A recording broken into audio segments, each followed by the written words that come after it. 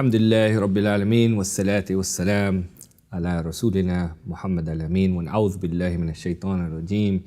Bismillahir Rahmanir Rahim. So, welcome back to those who have been watching this series of lectures that are discussing Javed Ahmed Ghamidi's ideas around the traditional religious narrative and the counter-narrative that he offers. These lectures took place in Dallas in 2015, and it was the first time that he fully articulated some of these thoughts in sort of a comprehensive way, from A to Z, if you will. The background to it we've discussed in earlier episodes, but essentially was responsive to some of the things that had been going on and were going on and continue to go on in the world, particularly the Muslim world today. The lecture series that I'm presenting is now at a point where we have discussed an introduction to this sort of broader idea around the religious narrative, and then to the main players, the main scholars who have articulated the visions that have come together as part of this narrative. And in that, again, I'm putting forward the views that Javed Ghamidi articulates in these series of lectures he conducted around sort of who these influential individuals, scholars were. That includes four main people. The first is Imam Ghazali. The second is Ibn Taymiyyah. The third is Shah Waliullah, and the fourth is Maulana Maududi. And each of them have distinct visions, religious visions, with regard to the faith itself. But what we concluded on in the last session was the idea that despite the fact that Imam Ghazali has a Sufi vision, that Ibn Taymiyyah has a Salafi vision, that Shah Waliullah unites and converges the Sufi and Salafi visions, that Maulana Maududi puts forward, if you will, a political vision of Islam, that collectively, when it comes to the relationship between religion and the state, they're all on the same page.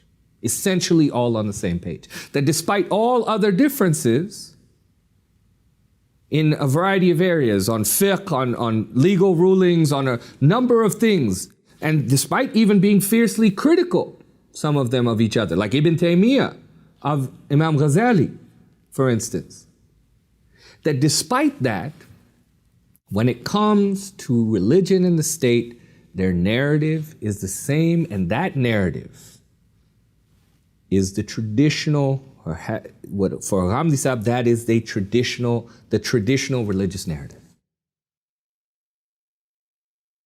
So, this lecture will begin to delve into what the key points, what the salient points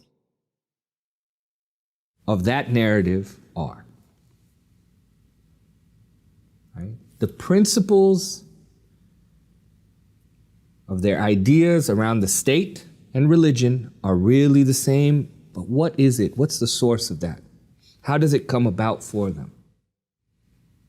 How are they thinking about these things with regard to religion and state? So in order to understand this relationship with religion and state that they are all in agreement of, we need to touch on some of these other points, background points that inform their ideas of religion and the state, these background points on which they are also on the same page, essentially. The first point in that traditional narrative revolves around the idea of shirk, associating partners with God, kufr, the rejection of truth, and irtidad, apostasy. Their ideas on these concepts of shirk, kufr, apostasy are foundational, and they are in agreement with regard to all of these as being major sins and major crimes. And we're going to talk about the distinction that Ghamidi Sahib makes between the idea of sin and crime and why that's consequential. Shirk is a sin. This idea of associating partners with God, it's a sin. It's one that the Quran, in fact, goes so far in many people's views, and it's a very valid view. It's one that the Quran explicitly seems to say that is a sin that can never be forgiven, that Allah Ta'ala, that God will forgive other sins, but not that one. Ghamidi Sahib points this out. But he says the interesting thing is there is broad agreement with almost everybody that these three things, and let me step back for a minute and explain what apostasy is. Apostasy in its sort of most basic sense is the notion of leaving the faith. And what's deeper within that is the idea that leaving the faith that you believe is true. So it's that leaving the faith, the rejection of that faith that you were in, that is apostasy, for those who don't know. Okay, so these ideas, shirk, associating partners with God, kufr, rejecting the truth, apostasy, leaving the faith. These three things are all major sins, right? Everyone's in agreement there. But the question that comes up is that are they also crimes? Are they crimes in the present world? Right? As Ghamidi Sahib points out, when you say they're all major sins, part of what you're essentially alluding to is the fact that, yeah, you'll be punished, but by the divine in another life, right? In an afterlife. What about here? Is there punishment for these major sins as major crimes here? And more importantly, is that done through the agency of the state? Can state law punish these major sins? Traditionally, the idea among Muslims, and this part of the narrative, is that these things, this behavior, these major sins, shirk, kufr, apostasy, should be eradicated and finished. That is a goal, that's an objective. And that whatever collective structure governs over the Muslim community, it should be part of their aim to eradicate these practices. As Ghamidi Sahib notes, this is in agreement. That these sins need to be eradicated. There's also agreement among these folks, these major influences and beyond that, that state power can be used to this end. The question really that comes up, or the disagreement, is how precisely that is to be done. In his lecture, Ghamidi Sahib goes through each of these major sins. And so let me explore sort of his ideas there. He starts with a discussion of apostasy. He says, on the issue of shirk and kufr, there are some disagreements. And he's going to get into that. But he says, with regard to apostasy, there is generally this agreement that it is not worth any pardon. That the consequence of apostasy is the death penalty. Again, the issue here is not what God will do to these people who apostate, but the issue is, what will the Muslim collective do about this? If you are born in a Muslim family, Ghamidi Sahib says, and then you do kufr, according to the traditional narrative, the Muslim government then must carry out some kind of punishment. And there's a procedural law as to what must be done, etc. But the principle that they should be punished is in agreement as part of within the traditional narrative. And he says this becomes particularly fascinating when you start delving into the fact that, well, apostasy exists in different ways. And this is understood within the traditional narrative. There is what you might consider an internal apostasy, right? Or maybe internal, but it is one where you would say internally that person is explicitly coming out as an apostate. They are confessing, they are admitting, there's an admission of apostasy by the individual. In this scenario, there's not much debate. The person has admitted it. He said that they're doing it. Once that admission has taken place, and similar to sort of a criminal trial, they've confessed, okay, the punishment's there.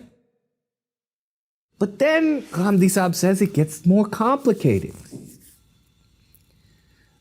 What I might characterize as the external apostasy, where the individual is actually denying that they have committed apostasy.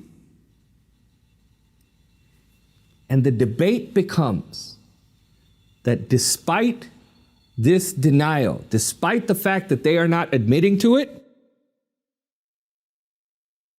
that there's an agreement that no, they are still in the state of being an apostate for X number of reasons. That scenario is also one where there is some disagreement, but that presents, Ghamidi Sahib says, a number of challenges for those who are constructing this traditional narrative. He puts forward the example of Mirza Ghulam Ahmed, who ends up sort of being the founder and leader of the Qadiani movement or the Ahmadiyya. And Mirza Ghulam Ahmed says we are Muslim. He says they're going to follow the Sharia. But he says we have another prophet. Who's him?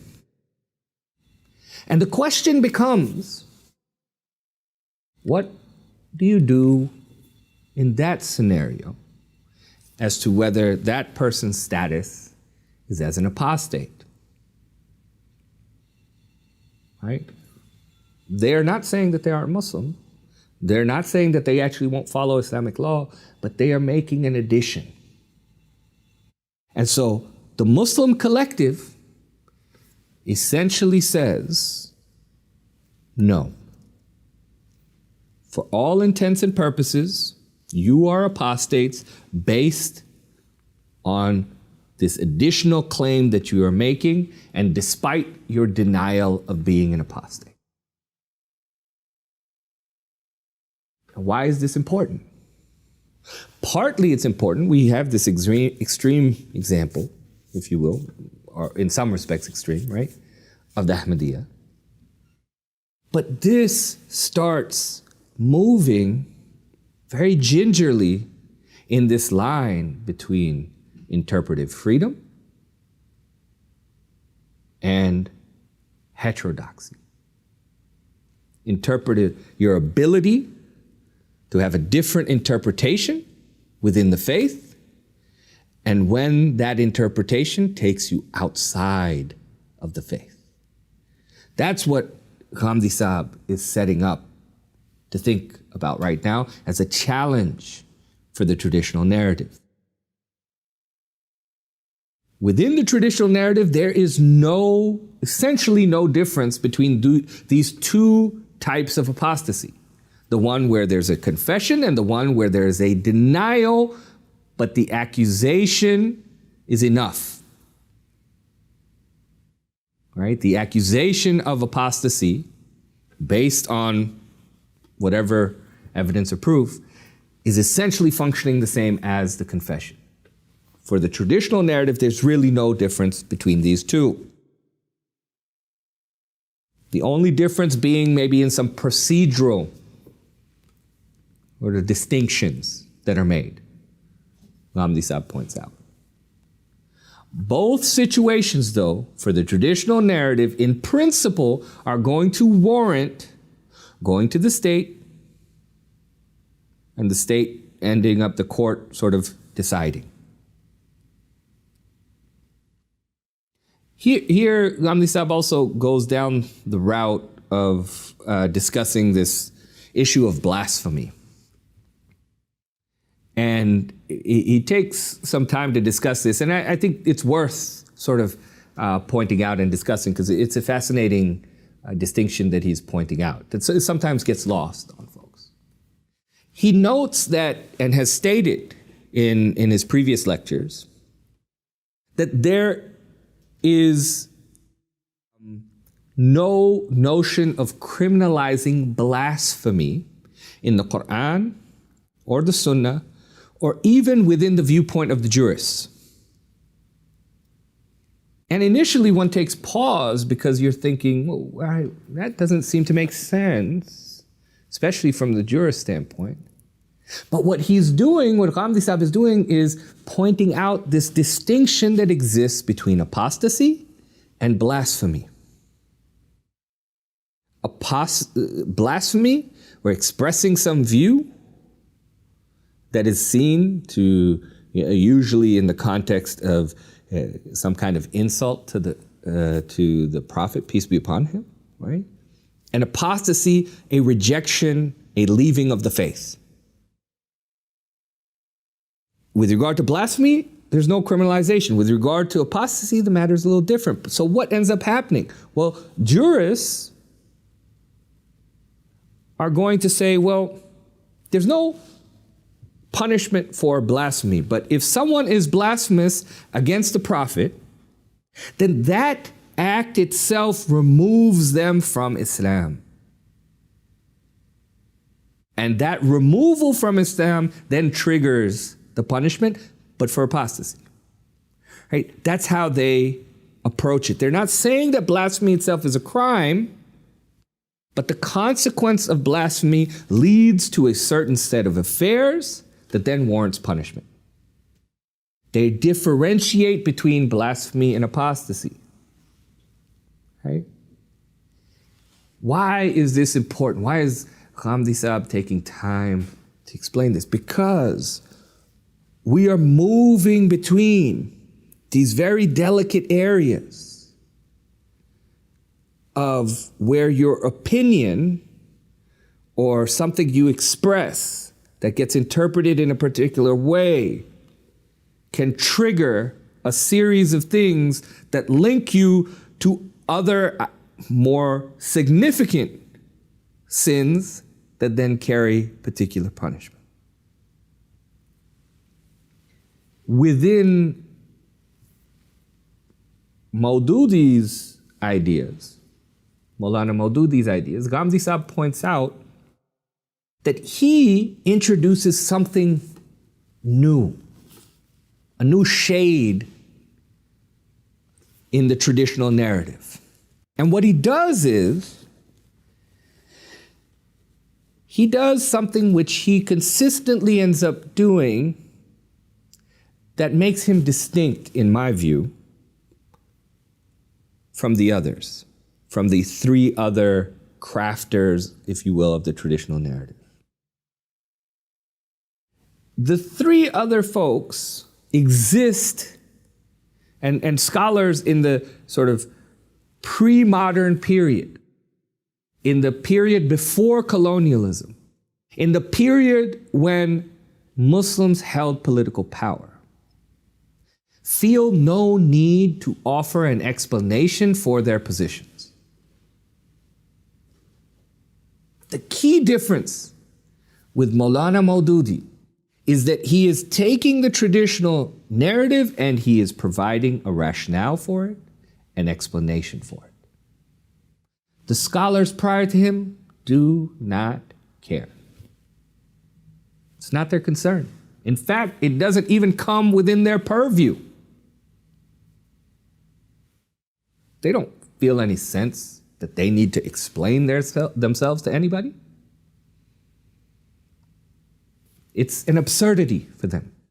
But Maulana Maududi exists at a time where that Muslim power has gone, where there's colonial rule over Muslim land, where all around Islamic civilization is having an existential moment. And so Maulana Maududi begins to explain things within his context, explain things from the traditional narrative. And here he does something interesting with apostasy that ends up having consequences subsequently. What he does is, he says, and we're going to get into a discussion of the state a little bit more, but what Ghamidi Sahib points out is that what Maulana Maududi does in the context of apostasy is say this: religion is the state. Religion and the state are the same. Right?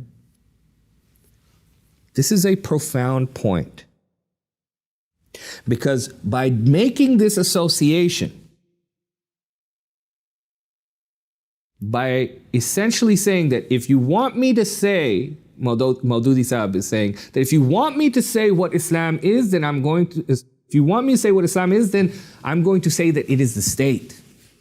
And by doing that, what does that mean? That means when you do something against the state, we consider it to be treason. When you betray the state, it is treason. When you reject the state, it is treason. So, he says, if you do something against Islam, then it is as though you have committed treason.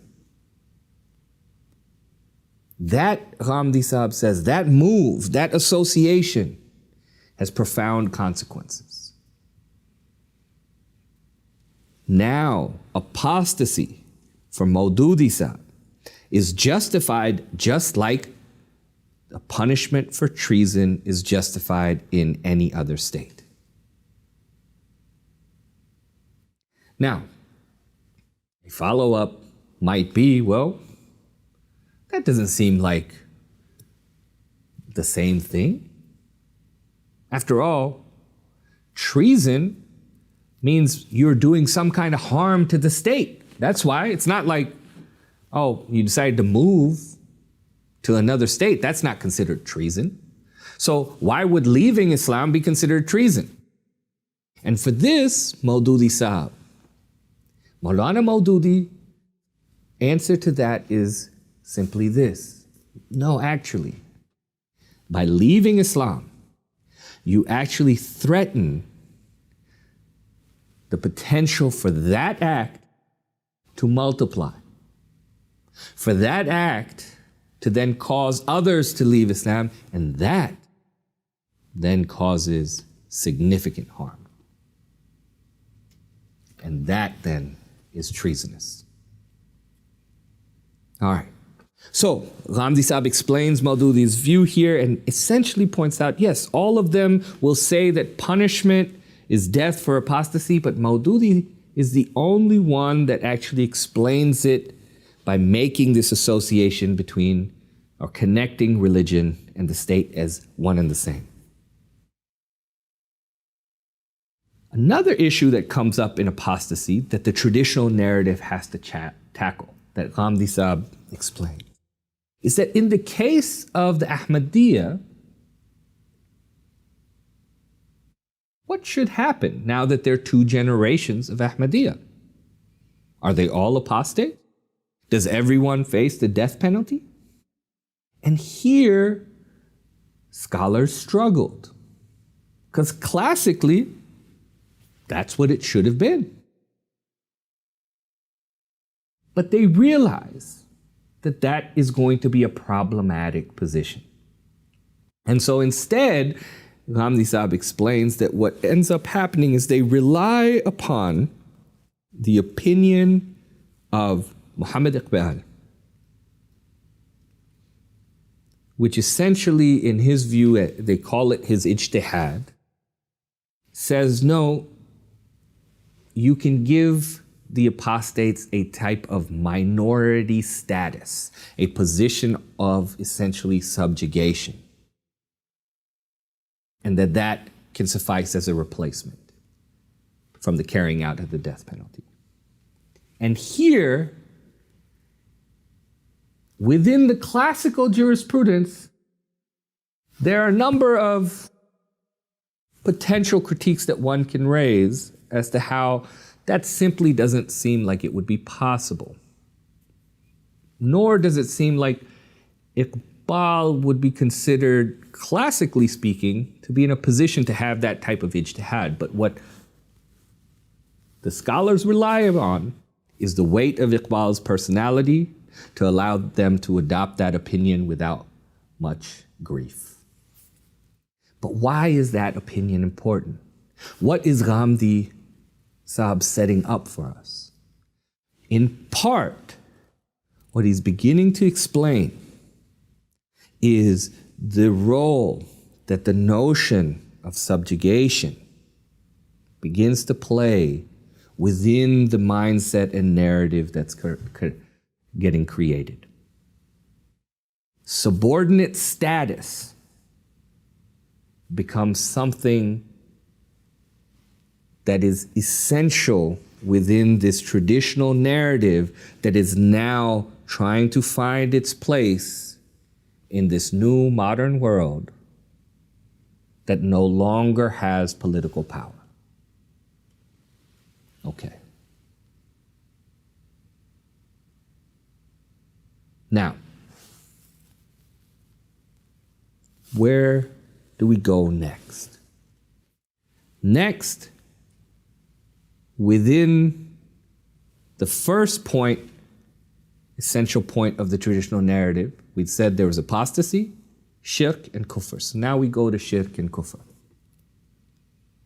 And here then this idea of subjugation comes up.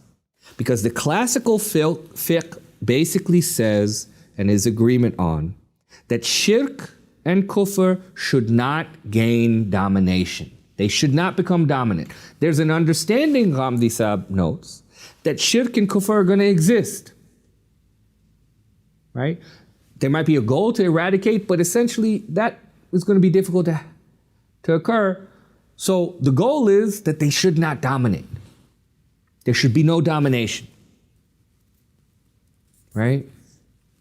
In the case of apostasy, there again, you're trying to eradicate, and there's an individual, and they're committing apostasy, and so eradication in the sense of a punishment of death, okay, you can do that from a classical standpoint. That is something that can be accomplished. But there's a sense that in the context of kufr, and these broader ideas of kufr, this broader idea of shirk, that is going to be hard to do. So the other approach becomes subjugation. You subjugate the thing, the sin, to such a degree that is essentially lifeless. It is essentially as though it doesn't exist. Eradicating it completely is difficult. Classical fiqh recognizes this. The traditional religious narrative recognizes this. But you have to finish shirk and kufr. That is a goal. So the question then is, okay, you want to subjugate, you want to eradicate, etc. The question becomes, how do you do it? How is that done? And here then, you end up having the introduction of the ideas around warfare. And there, Maududi Sahib, Maulana Maududi puts forward these two ideas around warfare. One, he says, is there's a defensive type of war. As Ghamidi Sahib notes, Ghamidi Sahib puts forward, says that these are the two ideas that Maududi has on warfare. One is defensive. There's no need for a detailed explanation as to why defensive warfare is okay. Everyone understands that. Everyone gets that. They accept that this is permissible. You have the right to do it. You have the right to defend yourself. All right. Well, what's the other one? Well, the other one is a reformative war. What does that mean? That means it is a war that looks to eradicate, to push out, to cleanse bid'ah, corruption, corrupt practices from existing in the world. And what are these corrupt practices? First and foremost, kufr and shirk. And for Ghamidi, this is what is put forward by the traditional narrative as the purpose of faith. To put things, to make sure that you are commanding right and forbidding wrong. Right? Okay. But then the question becomes, what do you do? Do you fight everywhere? And there again, you run into a similar problem as regards to instituting the death penalty on everyone? No. There again, as Maududi notes, need to make sure that these things, shirk and kufr, do not gain power. No one in the world has a right to rule if they follow shirk and kufr. That's the traditional narrative view. And Maududi puts it forward as well. You have a right to exist, but you don't have a right to power. And they point to the Quran, speaking of jizya and giving of jizya in exchange for this position of subjugation. Islam is the universal state. Islam needs to be the dominant power. That's where the traditional narrative sets itself up. Kufr, shirk, apostasy need to be eradicated, but you have to have power to do that. And Maududi takes this one step further. He takes it one step further. He says it's not simply enough that a nation ascribe to Islam. So we talking about nations should not have power that do shirk, do kufr. But even nations that don't do that, that actually ascribe to Islam, if they do not follow the divine law, then that itself is a type of evil, and they should also be erased, eradicated. They should be subjugated. That state of affairs cannot be accepted. He goes to the point, as Ghamidi Sahib notes, to say that that is a type of evil, such that during colonial rule in India, a railroad worker was simply by working his job was committing evil and needed to stop.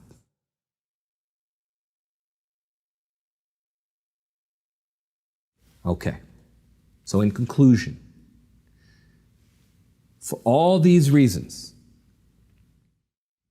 the idea is that a state anywhere in the world that has shirk, has kufr, the traditional narrative, as Ghamidi Sahib explains, says that they must be subjugated. That's 100% certain. That has to happen. It can't be a state of affairs where they would have some dominance over Islam. When that happens, how that happens, different discussion. But the fact that that needs to happen for the traditional narrative, there's no doubt about that. The debate is only around the strategy for making it happen and who has the authority to do so. That is what Ghamidi Saab says, is where the energy is. But the issue, in his view, of whether they should be subjugated is without debate within the traditional narrative. All right, so that's where we're left. We've talked about this first point, this idea of erasing shirk, kufr, and apostasy as part of one of the programs, the most essential programs of the traditional narrative. And what Ghamidi is setting up for us, what Ghamidi Saab is setting up for us, are all of these things have consequences in the construction of the mindset that now influences the worldview of many folks that are engaged in certain types of behavior and others who are not, but who may still be influenced by that. And for him, that is why there is the need to present a counter-narrative to try to address these factors and address this mindset that, as he will later show, actually is problematic in his view from the standpoint of Islam itself. I look forward to continuing this journey with you. Wa akhir ad-dawa walhamdulillahi rabbil alameen.